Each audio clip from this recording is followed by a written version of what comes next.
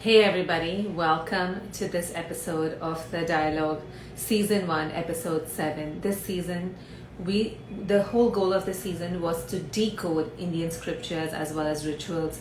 For the first 6 sessions, we focused on the Bhagavad Gita and the essence that we can take from the Gita into our lives.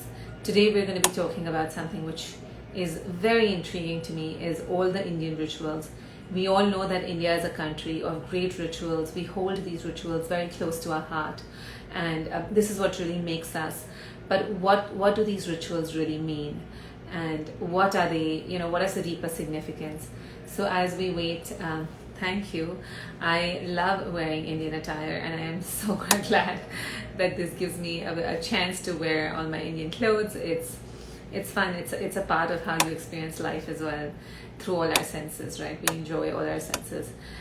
So as soon as Guruji gets on, we've got some great questions. I would like for everyone who's listening in to participate, ask their questions, while this is a talk show between Guruji and me, a dialogue between Guruji and me. Especially for this one, I would love to have participation by everybody who's joined, and really take on those questions.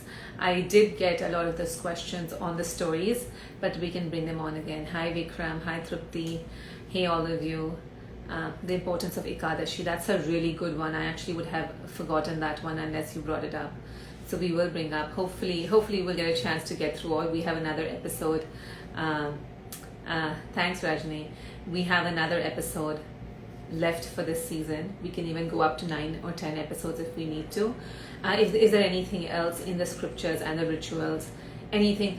We had initially thought about talking about the Ramayana as well, but I think I'm going to put that off for a later season. Is there anything else that you guys would like to hear about in this context that we have missed? Let me know. Guruji technically should have been here. He's very good about being on time. He's probably having connectivity issues, and that's why he's not been here. So while he isn't, I'm going to just take a chance to talk about the Bhagavad Gita and talk about some of the rituals that are close to my heart while we wait for Guruji, just so we can sum it up and all keep engaged. You can go ahead and ask me questions as well. And eventually in the Bhagavad Gita, why is the Bhagavad Gita the most important part of the Mahabharata? While Mahabharata represents how we function on the planet in our worldly interactions, and how greed would make you function, how nobility would make you function, it really kind of gives you an insight. Oh, Guruji is right here, so let's get Guruji on and let's take it from there. Talk about what I was saying eventually. Guys, no Ayurveda questions here. We are only doing, we're focusing today on Indian rituals. Pranam, Guruji. Hello, how are you? I am very well, Guruji. How are you doing? Yeah, doing very well. Good connection. Today is Holi there because you are very colorful. Guruji, I'm just using all the Indian clothes I have one by one. So whatever is the color of my Indian outfit is the day that it becomes. And you're talking about Indian rituals, so why not? Oh, very good, very good. How are you, Guruji? Yes, doing well. Everything is going well. Is my audio okay? Yes, and it's fine. Okay, perfect. So Guruji, we have a lot of questions that we need to dive into directly. So I want to ask the first question about my few questions that I've had, and then we had a lot of audience questions as well. So Guruji, the importance of touching. In my family, it's very touching the feet of elders, and taking blessings. It's a very big ritual in my family. We do it every day. And we do it every day growing up. It's the most. So I want to understand that, people have said it's energy circulation, your toes, but I want to understand the deeper significance of that ritual and where it comes from. Very good. It is technically said as Pada Namaskaram or Pada Vandanam. Pada means feet. Yes. So when we touch our gurus, our elders, or the respected people, the feet, it has a deeper meaning. First thing, technically we say down to earth. So there, we will sacrifice or we will give up or renounce complete ego. Egoless state is the real rejuvenation of everybody's technique. It's a natural way of rejuvenation. The moment we renounce our ego, tremendous energy will be explored or exposed. So when I touch the feet of my Guru, there my ego, my pride is completely taken off. There I will experience the divine state of egolessness. It is an indirect stimulation of our own self. When we go to the temple or a church or a mosque, what's happening? There we pray to God. Where is God? Who is God? Nobody knows. But it is only a belief that something is there beyond my perception or the limit of my intellect. Excuse me, God. So when a devotee or a disciple or a person who performs the prayer with sincerity, he will renounce his ego and possessiveness. He will say, or he will tell himself that I am nothing in front of this supernatural existence. So I don't possess anything, including my life. Nothing is, belong to me. The owner of everything is the ultimate Almighty God. There, that person will feel the egolessness. If I don't have my possessiveness, what else is remaining in my life or in my existence? That is what is called spiritual feeling or spiritual experience. Sorry, my head. Yeah. Okay. Yes. So same way, when we touch somebody's feet, we are having that feeling of down to earth quality. Second thing, when somebody touches my feet, actually, I will feel some kind of, giving. It is an unconditional feeling of giving. What I can give to somebody who is touching my feet, my life energy.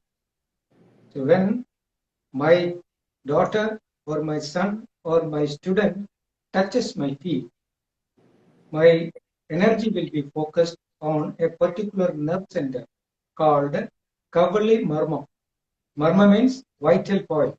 Kavali means the gap between big toe and second toe. There is a very sensitive and powerful Marma. So that's where you ideally touch right there. So you ideally Yes. stimulate that point when you touch. That's a When- very good thing to know. When we feel that unconditional love and giving, all our energy will be focused there. Actually, during death also, one among 10 pranas will be focused over there. Most probably, it will be Dhananjay. You might have heard about prana, apana, samana, udana, yama, Nagan, Kurman, Dhananjay, Devadatan like. So this Dhananjay will remain in our body even if our main prana has gone out of it. So you might have heard about a story from Bhagavad. When Krishna decided to leave his body, what did he do? He sat on a branch of the tree and started, playing his flute. By the time he focused all his life energy to this Kavali Marma, the big toe.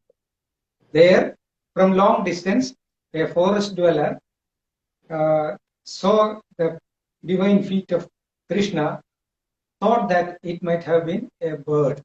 From long distance, he guessed like that, and he sent his arrow, and it hit exactly in the Kavali Marma, and through that, Krishna left his body, or the life came out of that. What does it mean? When a person who is capable of giving the blessing, who has done his meditation, will be focusing his energy in this marma when a disciple touches on that point. Naturally, parents are having unconditional love to children. So when their children come and touch on the feet, naturally their whole energy will be rushing, flowing towards that point, and these children will be completely revitalized through the parents' gift. That is why it is said to everybody. I mean, children are educated to touch the feet of the parents. So it is an unconditional, giving, and that will be a proper union, pranic union between the children and the parents, or the shishya, the disciple to guru. Everything is connected with the prana and pranic management. This is the first ritual. Yes. So, Guruji, do the fingertips have a significance when you touch the fingertips on the head to give Ashirvad, to give your blessings? Does that also have a significance? Definitely. When we close our palms together, or you can experiment this, you can rotate your hands fast, very fast, some kind of violent movement. When you feel blood is rushing towards the palm, right. Then after maybe 1 or 2 minutes rotation, you bring your palms together. Don't touch each other, like a 1 inch gap between. Then you try to move. You can feel a magnetic field within. Yeah, even normally when you do this, you can feel a magnetic energy. Yes, you can feel it. There will be a field, magnetic field. So this is the field of energy. Yes. When we try to bless somebody, our prayers will be focused, or our wishes will be focused, and the thoughts will be converted into pranic energy. That prana will be infused on the body of the disciple or our children. That is the energy and fact behind the blessing, along with the touching on the head. Beautiful, Guruji. And so, Guruji, one more question as a follow-up. As somebody asked, and I'm also curious, in a lot of cultures, the daughters of the family, because they say the daughters are Lakshmi, don't touch the feet of the elders. That's not the case in my family. We touch, everybody touches the feet of elders. What is the significance of that? Actually, it is a local belief and tradition. Got it. Because it is only because of the possessiveness or a distorted practice of the reality. This fact should be kept in our mind. The reality is being distorted in many, many places due to half knowledge. You know why?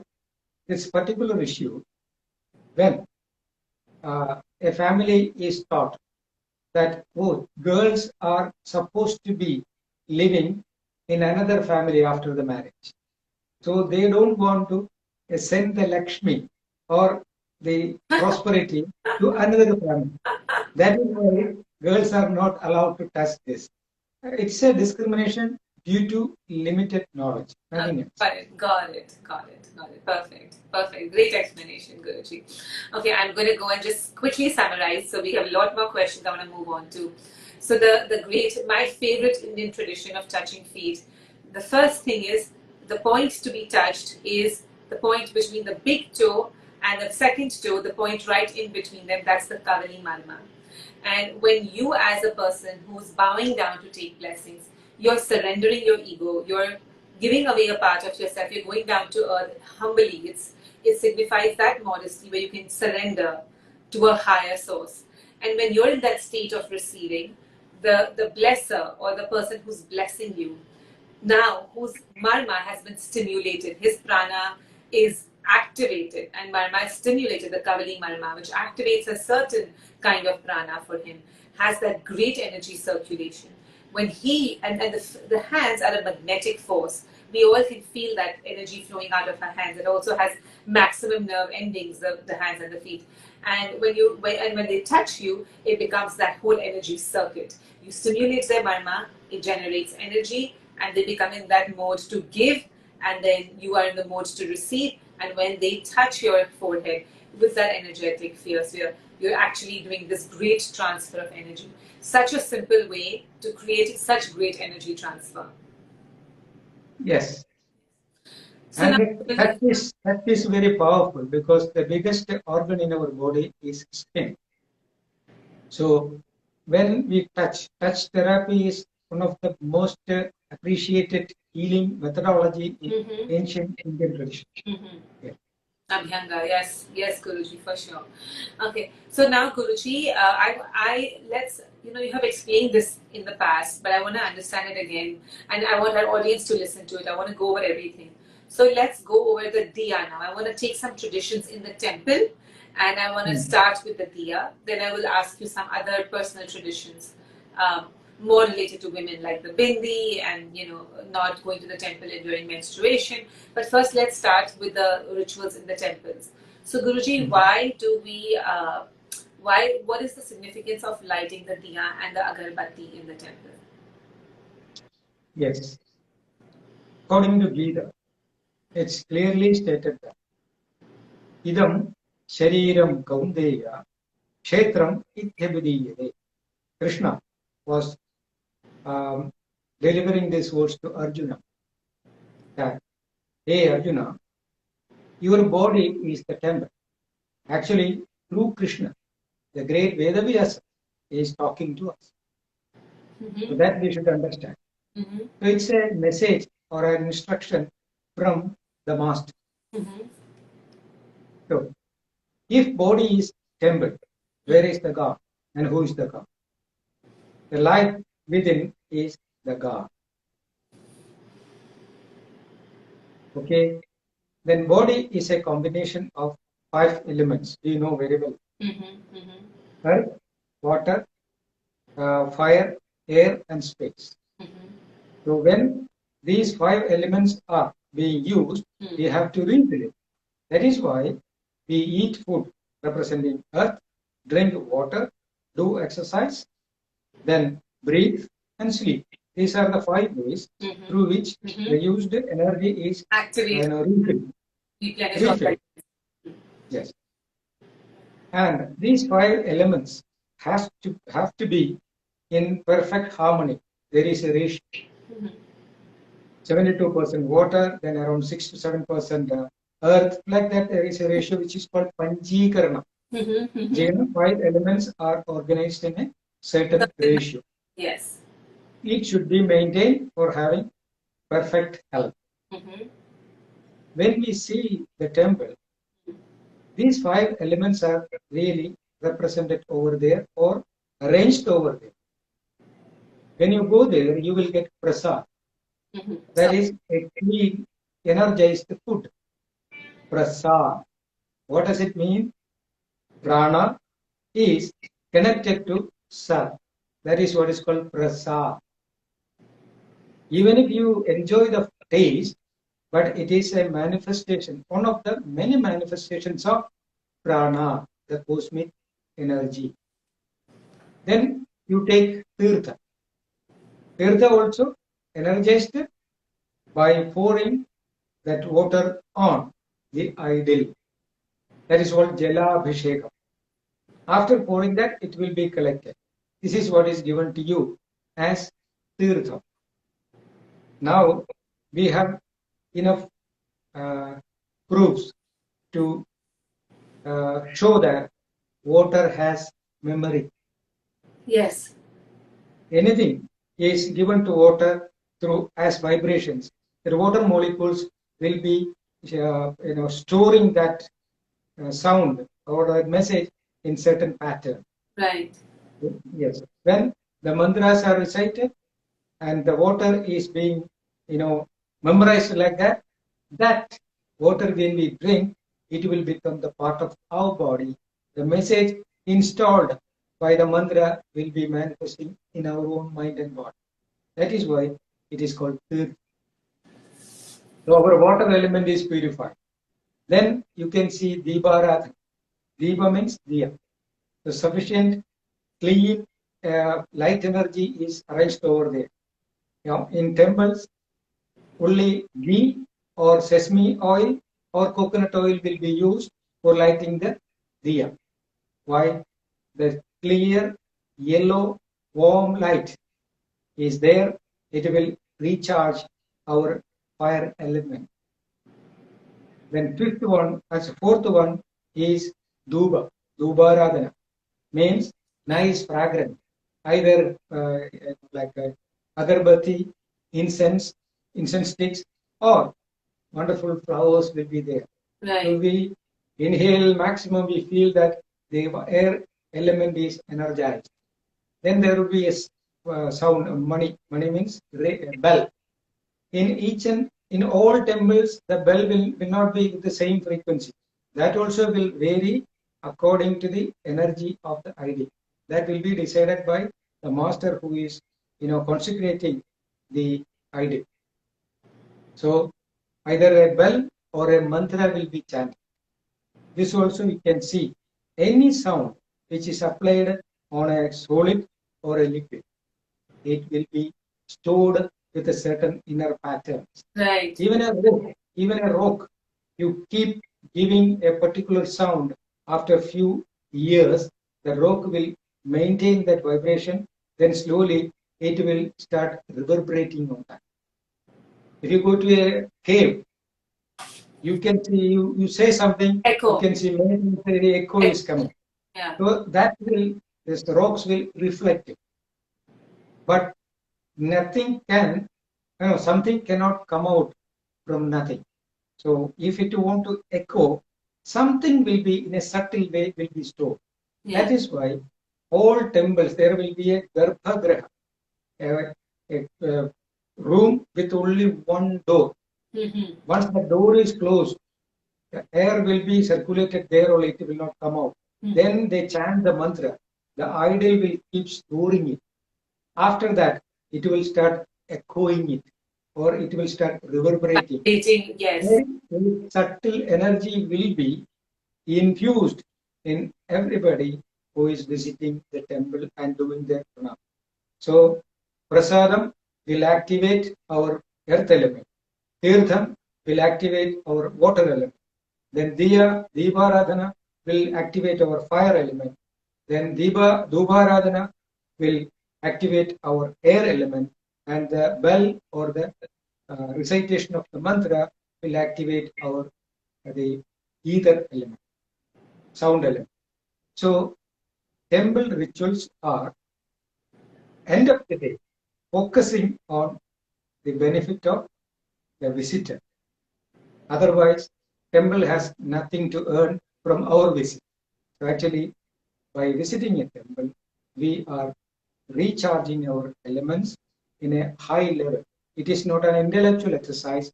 It is an instinctive reflection happening from the temple.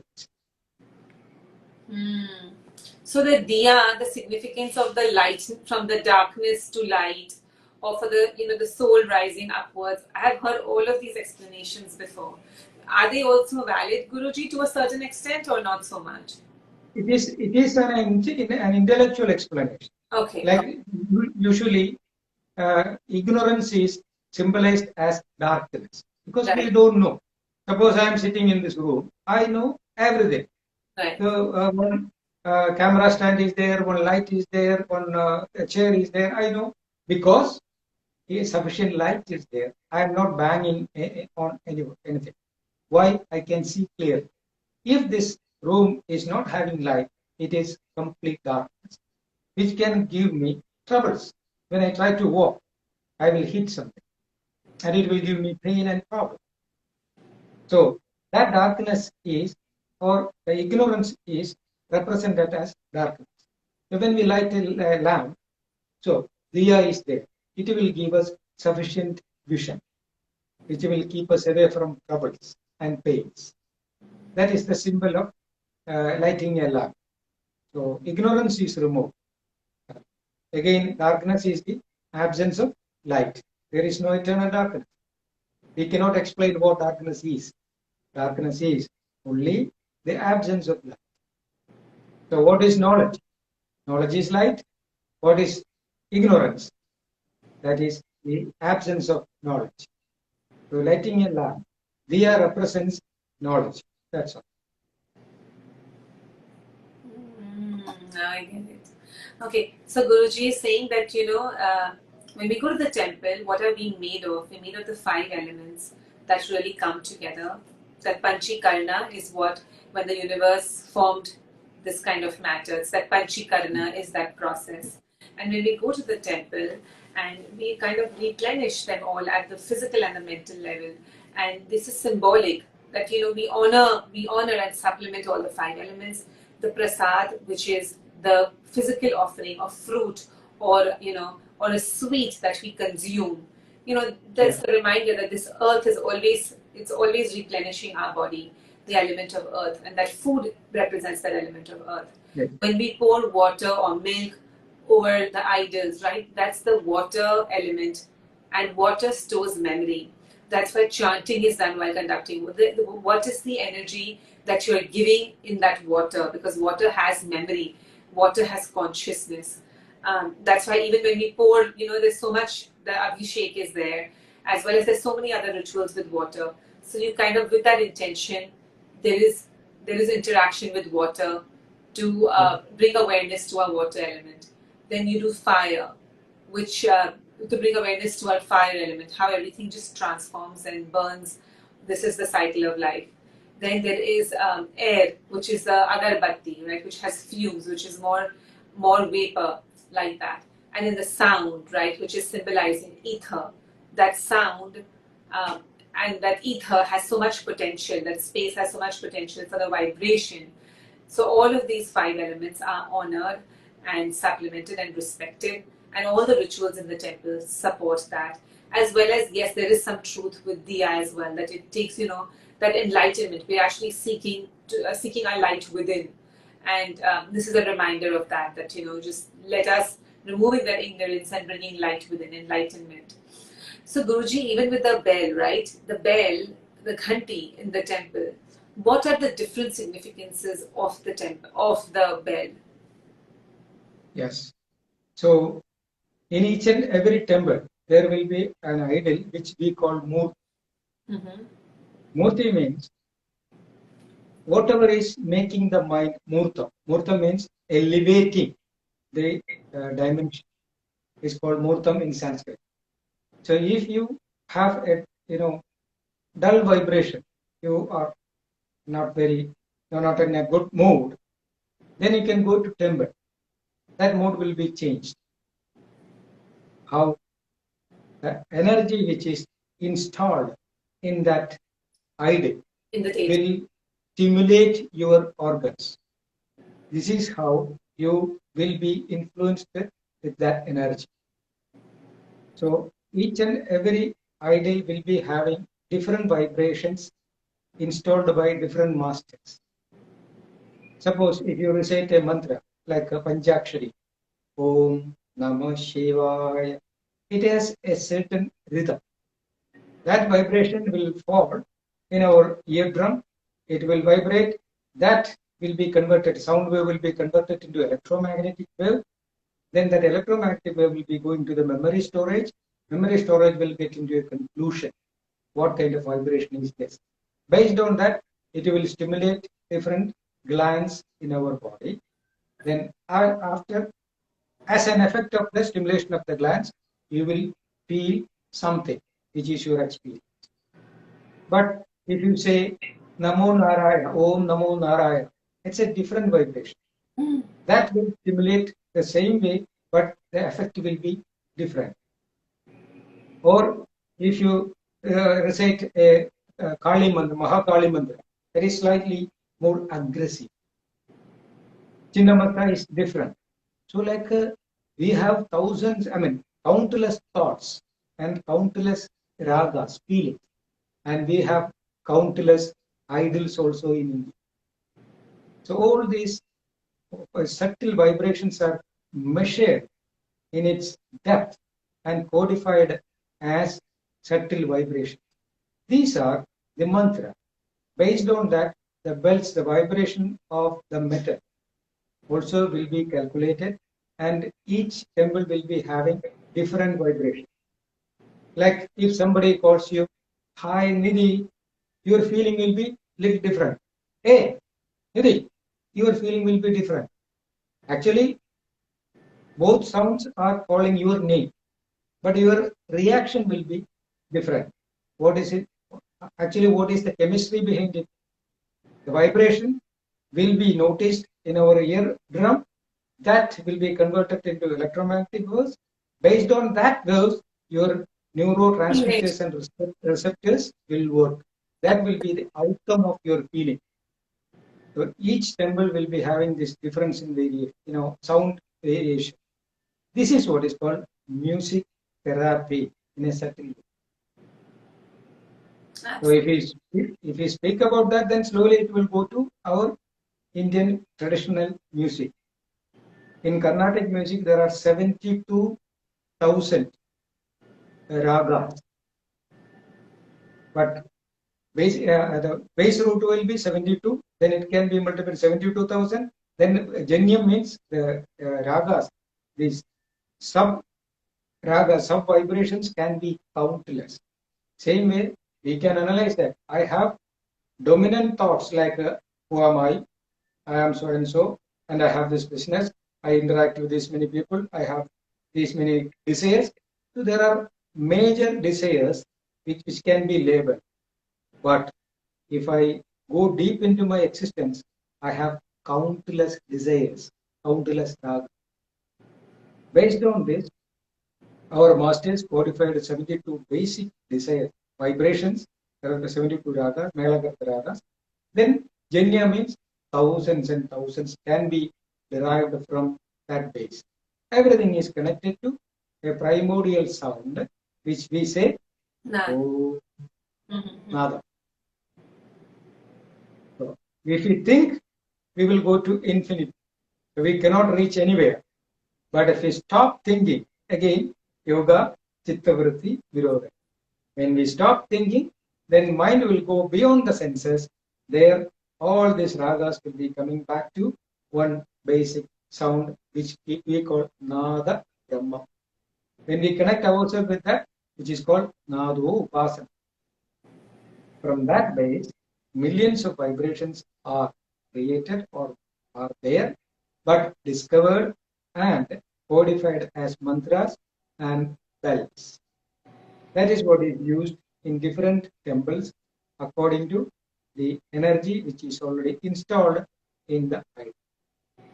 Lovely. So Guruji, what I'm thinking when you're saying this is that even last time we spoke about that, how universe started from a sound.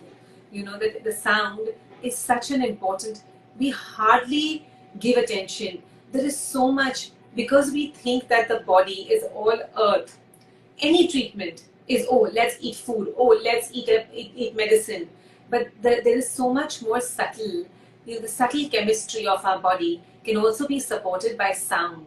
And going to the temple in that way is actually like going to the hospital for your mind. It's like going to a place where you are allowing that prana, you're allowing those chemicals to be activated, those neurotransmitters to be activated, which will support the good flow of prana. You activate certain centers, because whether it's chanting or whether it's sound.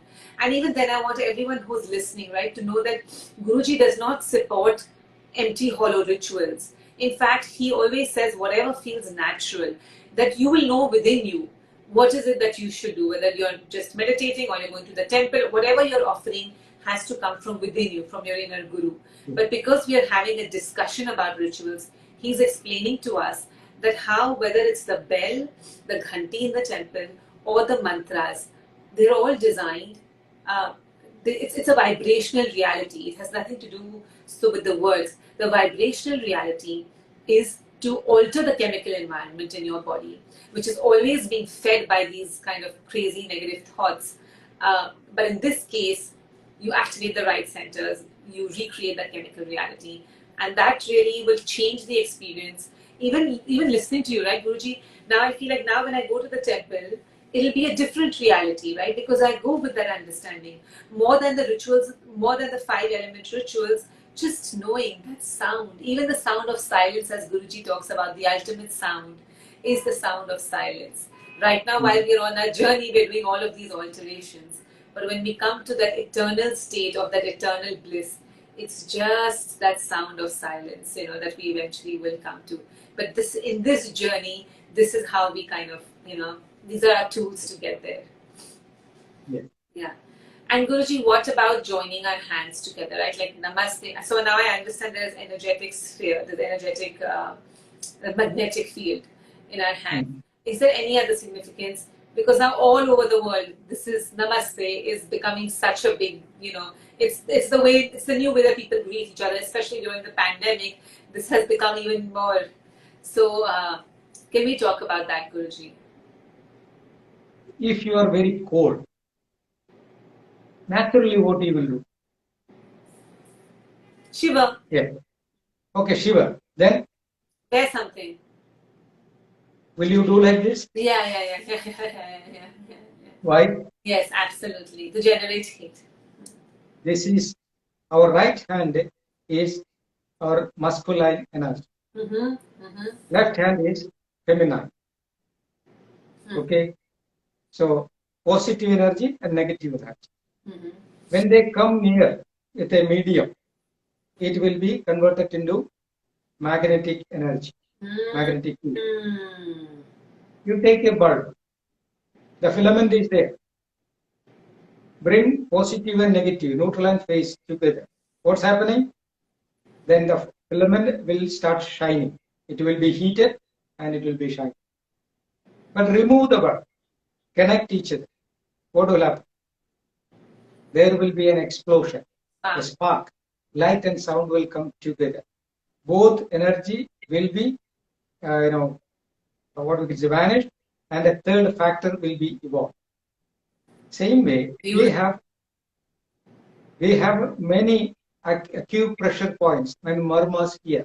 That's positive pole. This is negative pole. When we come near, bring it together, but with a certain distance, the magnetic field we can feel. But when it touch each other, both will lose their significance. Then, because of that touching, there will be an explosion, a spark, where the connected nerve centers in the brain. So when you are very cold, you rub like this. Actually, naturally you are doing to keep your brain warm. If the brain is cold, then you will be paralyzed. Nature is asking you, come on, apply some heat to your brain, otherwise it will be in trouble. That's why you keep rubbing. The moment you get little fire, you first warm your palms. When you apply the heat over there, immediately the connected nerve centers will be activated. This is what is happening. So when we do Anjali, actually both hands are touched each other. There we lose our discrimination. Our duality is gone. Then two brains cannot, function as positive and negative. A third factor will be evolved. That is what is called spiritual experience or unity. When we see somebody and touch our hands and say Namaste, means there are no two people. Only one reality exists. If I tell Namaste to you, I cannot discriminate you as Nidhi because my dual thought is gone. My Advaita, oneness is there. In you, there is an energy which is called spiritual energy. In me also, there is an energy called spiritual or life energy. So when I touch my both hands, duality is vanished. Then, unity is evolved. That is the meaning of saying Namaste by touching hands together. To lose the duality and feel the oneness. Lovely. The most beautiful explanation I have ever heard of Namaste, Guruji. Most beautiful explanation. And like Guruji, we've spoken about it, and as you continue to watch the episodes, the seasons of the dialogue, that the whole unity, the first ever conversation, Guruji, you and I had, the first conversation, you gave us this example of the Shiva and the Shakti, the Ida and the Pingla, the right, the masculine and the feminine, and they're uniting out here. And when they do, there is a third entity. and that spark Yeah. that happens, right? That connects Yeah. us to the union, to the universal consciousness. And this is what all the yoga is directed towards, is the Ida and Pingla being balanced to activate that Sushumna, that Prana, that Kundalini.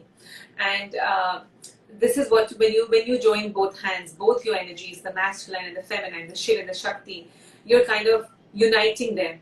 And we also spoke about this in the Kundalini, that you kind of unite those energies and then they lose their own individual identity. Just every time the masculine and the feminine energies unite in the universe, the individual identities are lost for a third creation. And that creation, in this case, or in every case, is the connection with the universal consciousness. So when you greet a person this way, you're actually greeting them not at a level of this human level. You're honoring that how we all come from the same source, and it's the energy exchange at that level. It's that merging. I'm losing my duality to unite with you. Yes, it is a mild yoga practice. A yogi is connecting his solar and lunar nerve in the center of eyebrow. That is what is called Surya Chandrama Suraikyam Hatha Ityabhidiyade. Means when you make a union between your solar and lunar nerve or nadi, then you are a Hatha yogi. But ordinary people cannot be Hatha yogis. Mm-hmm. But they should get the benefit of yoga. Mm-hmm. That is why rituals are informed. Rituals are not meant for a yogi, Mm-hmm. because they are doing the real sadhana, real practice. But people who are not capable or eligible to reach that level, they should also be benefited of the science. So instead of connecting the solar and lunar nadi, they can connect their positive and negative energies in the palm. So it is a ritual which will remind themselves that when I bow down to another person, there are no two entities existing, only one is the reality. So there the dualism is vanishing and the unity is being evolved. When we feel the external unity, then slowly that feeling will be drawn back to our inner self. There we see the duality of body and mind. So external, like bowing will be drawn back to internal. There we will see, oh, body and mind, two things are. When we connect the body and mind, then spirit will be evolved. So external ritual is slowly guiding that person back to his own inner development. Absolutely. And that's why this is such an important discussion to have, Guruji, because all of our rituals are really activating or should activate something within, which should take us to that eventual goal of yoga. And that's it. Yes. Guruji, with the temples, I think one or two last questions with the temple rituals that I had. Right? In a lot of temples, then you go round, you do a parikrama. What is the significance of that parikrama? Because every temple, as I told you before, that Garbhagriha, where the idol is kept, is like a cave type room. Yes, yes. Once the room is closed, they recite the mantras, it will start echoing. That's the sound will be reverberating the whole area. And when we keep moving and make circulation, rotation over there, when we walk around, that echo will be absorbed by our own system. And that will make us active. In the temple, we were standing, still and focusing there. But we cannot have a life simply standing somewhere or sitting somewhere and meditate. That energy, received from temple must be capable of making us active. Yes. So when we walk, so it's representing our busy life. Even when we are engaging ourselves into our daily life, this energy should be reminded.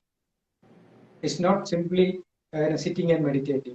So at home also, like as many times I advised you, minimum 24 minutes to sit on floor and meditate. For what? That memory, that energy should be kept alive and active the rest of the day. This is what we have to do. This parikrama is mentioning that we have to move around as busy as our material life, but that time also we should be fully aware of the inner energy, the presence and significance of God. Fair enough. Fair enough, Guruji. And if anybody has questions related to temple rituals like lion hunt, dusk, please write them now. We will take other rituals in the next episode. Today, I guess we'll only be able to focus on the temple rituals. So what Guruji said with I want to just clarify what a parikrama is. It's going around. You know, every temple has a small room within, as when you enter, especially all the Hindu and the Indian temples. And the small room within is an enclosed area where the doors open. And then the reason for that being enclosed is because sound is such a powerful vibration, and when you put those certain materials, the statues or the murtis are always made of certain materials, usually materials that can really absorb the sound vibrations or the subtle vibrations. And that room is very powerful and energetic in its vibrations. Then you take 3 circles around it, and those circles around it is called parikrama. And the reason why you're taking those circles around it is because you say that, hey, I'm going about my daily life. You know, it's in a busy way with my center, with my awareness being connected to this reality. You know, this reality of the universal consciousness. Guruji, why 3 in number? It's not only 3. It depends on the belief of the people. It can be 3, 5, 7, 9. Why? 3 means 3 represents our 3 gunas: Jagrat, Swapna, Sushupti, or Sattva, Rajas, Tamas. If you make it 5, it representing our 5 elements: Bhumi, Telagni, Vayava. If you make 7, that is representing our Sapta Dhatu. If you make 9 parikrama, it representing our Navarasas. Perfect. So everything is connected to our scientific existence along with our beliefs. So Guruji, basically from the whole Samkhya, which point, whether you're doing the Panch Mahabhut, you're doing the 3 Guna, depending on what is in your consciousness, you would decide to kind of bring that into your own awareness. Guruji, you are what you know.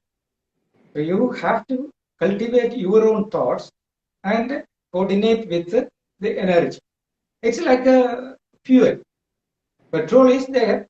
You can fill it in a car, but you can fill it in a generator. You can fill it in another machine. But machine will give you the output according to the nature of the machine. But the fuel is used same way. Temple is a filling station. Yeah. So spiritual energy is there. Yeah. So you can consume it and make use of it according to your samskar and your nature of thought. Very useful. I think that was a very useful thing what Guruji said, right? That the temple has the creation of the universe. If anybody studies the whole Samkhya and how the creation of the universe happened with the 5 elements and the Tanmatras and everything is present, it's represented, it's a representation of energy to matter. And depending on where you are, what your sanskars are, what your state of being is, anything you want can be activated. The understanding of what it is that you're looking for and you're seeking, and then basically the rituals have more meaning if you choose to do them with that increased awareness. I know in my village, I know one thief. He used to visit temples without faith. Why he is going to temple? To pray that he must be getting a good result in his action. So he's a thief, and what he must be praying that he should not be caught. So as part of his income, he is donating something to the temple also. As like what we put money or we offer some oil or something like that. Right. So everybody is having their own samskar, the nature of thought, and it will be enhanced. by the energy. So it is depending on your faith. Otherwise, temple has no special, like a meaning or special intention. Our mind should be kept strong, clear, and focused. Then only the temple energy can give us any kind of benefit. Okay, perfect. And Guruji, if this is significant, then we can take this question. If it's not significant, we can just quickly go through it. Why is half round, a pradikshina, made around the Shiva Linga, the Shiva temple? Shiva Linga is the most powerful idol where the second highest energy can be preserved. So Shivalinga will not be made of with the ordinary stone. Yeah. Either Krishna Shila or Panchaloha. So the molecular combination will be very, very serious. Then in that material, when the Shivalinga is made and the energy is properly infused in that the amount of energy which will be liberated from the Shivalinga is unimaginable. So the whole area, even a particular village, can be energized, influenced with that vibration. So when we make pradashina on that Shivalinga, each and every cell in our body will be regenerated or activated by the influence of that energy. Not only Shivalinga, one more Vigraha, one Lord idol is there, which is called Sarparajni Vigraha. But usually it is not kept in the public. It's a Shivalinga. On top of that, one serpent is there. That is the idol which can preserve the highest amount of energy. But usually it is kept in the middle of the forest. That's why it's the second. Okay. So because of the stone, so guys, I think what we've really learned. So for today, Guruji, we're going to be up with time. There may be one more question we can take. But what we've really learned and understood is that there is so much energy, there is so much thought behind the temple, the materials that are used, the design of the temple, the bell of the temple, everything, the material, the sound, all of this, right? It's so much beyond what you can just see and you're told. Everything has an energetic reality. So when we awaken our energetic sphere, when we decide to interact with the temple just through these five senses and the gross body, that's all that we're getting out of the temple. I'm just seeing it, I'm eating that. But when we choose to go deeper and interact with the temple, through that inner knowing, through that energetic activation, the whole experience is different.